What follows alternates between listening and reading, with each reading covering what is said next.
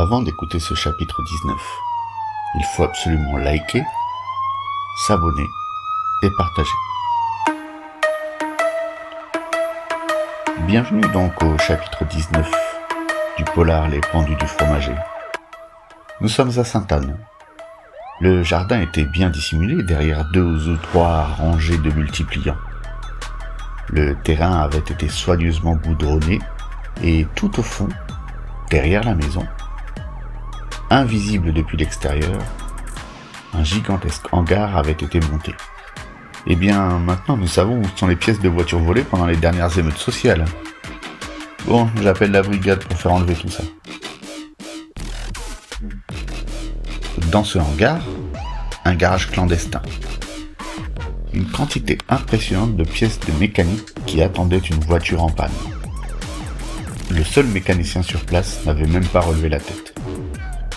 Signe qu'il devait avoir pas mal de travail. Style constaté. Vous savez, ma chère Sega, en général, dans les garages clandestins, les voitures sont réparées beaucoup plus vite et souvent mieux que dans un garage officiel. Le truc, c'est que dans ces garages clandestins, il y a souvent des génies de la clé de 12. Mais les gars sont pas prêts à être payés 1300 € par mois. Quoi ? 1300 € par mois ? C'est un salaire pathétique, ça. Toute sirène hurlante, la première voiture de renfort arriva. Puis une dizaine d'autres véhicules de police, et la saisie commençait. Un nombre d'affaires considérable allait être enfin résolu. Un énorme réseau clandestin de trafic de pièces automobiles allait être découvert. Bon, je préfère vous prévenir tout de suite, commandant de sécu. Comme beaucoup d'affaires dans ce genre, l'enquête va avancer rapidement. Jusqu'à ce qu'on découvre qu'un politique ou un éminent personnage du coin trempe dans la combine. Et l'affaire sera vite étouffée à coup de promotion ou de mutation. C'est le moment de choisir votre destination, commandante. Sega et Steele laissaient les gendarmes travailler et entraient dans la maison.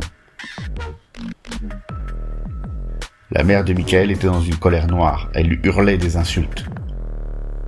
La commandante Sega s'adressa à son collègue.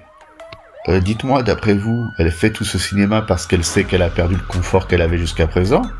Ou bien elle hurle parce qu'elle vient de comprendre qu'on allait la confronter à la réalité ? Je dirais option 1 plutôt. Elle va perdre tout son confort.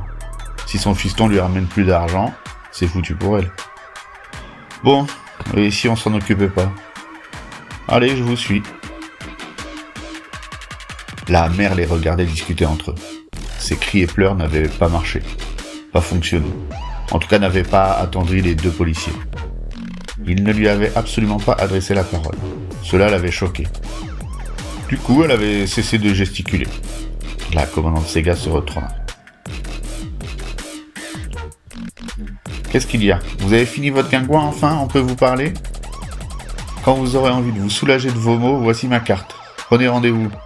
Et enfin, vous pourrez vous libérer de ce dont vous vous cachez depuis trop longtemps. Steele éclata de rire. Tournant les talons, Sega s'engouffra dans la Jeep.